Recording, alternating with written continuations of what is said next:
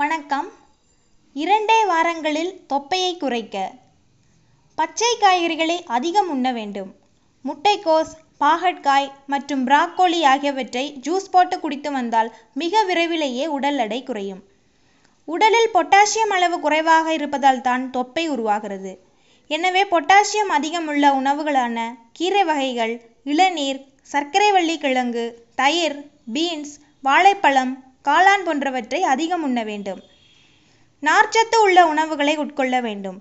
Beans, பயறு, பட்டாணி, broccoli, வாழைத்தண்டு, ஓட்ஸ், பிரவுன் பிரெட் ஆகியவற்றில் நார்ச்சத்து அதிகம் உள்ளது. அது மட்டுமல்லாமல் நீர்ச்சத்து நிறைந்த பழங்களான தர்பூசணி மற்றும் பேரிக்காயை பசி ஏற்படும் போது சாப்பிட்டால் உடலில் கொழுப்புக்கள் சேராமல் இருப்பதோடு தொப்பையும் குறையும். கொழுப்புச்சத்து அதிகமுள்ள உணவுகளை தவிர்க்க வேண்டும். மேலும் சாப்பிடும்போது அவசரமாக உண்ணாமல் உணவை ரசித்து ருசித்து மெதுவாக உண்ண வேண்டும்.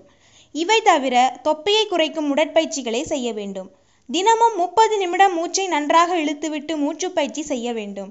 குறைந்தது 20 நிமிடங்களாவது நடைப்பயிற்சி செய்ய வேண்டும். தொடர்ந்து 2 வாரங்களுக்கு தண்ணீர் குடிப்பதை அதிகமாக்கி கொண்டால் நிச்சயம் தொப்பை குறையும். மேலும் இது போன்ற ஆரோக்கிய குறிப்புகளை தெரிஞ்சுக்க சேனலை சப்ஸ்கிரைப் பண்ணுங்க. நன்றி, வணக்கம்.